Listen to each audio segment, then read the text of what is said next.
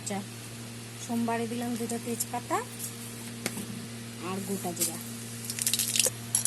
দিয়ে দিলাম আলু, দিলাম আধা চামচ লবণ, আলুটা ভাজা হওয়ার জন্য, আর অল্প হলুদ।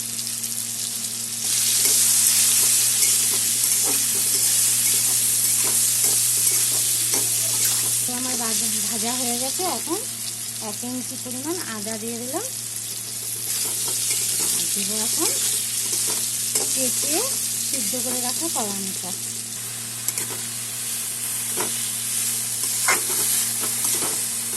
এখন দেবো অল্প হলুদ আর লবণ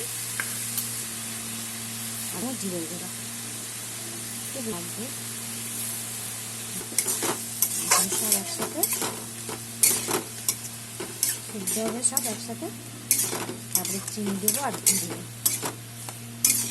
নিরামিষ কলার মোচা মোটামুটি হয়ে এসেছে। জল অল্প আছে, শুকিয়ে যাবে। এখন আমি অল্প চিনি দিয়ে দেবো। চিনি,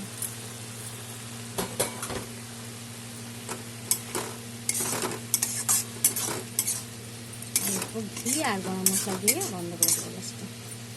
ওর জলটা শুকিয়ে না।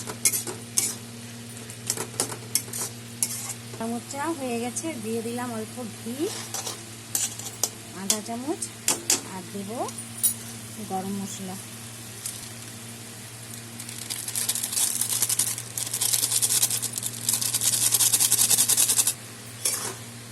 কেউ খেয়ে বলবে কেমন হয়েছে, লাইক করবে, কমেন্ট করবে, শেয়ার করবে।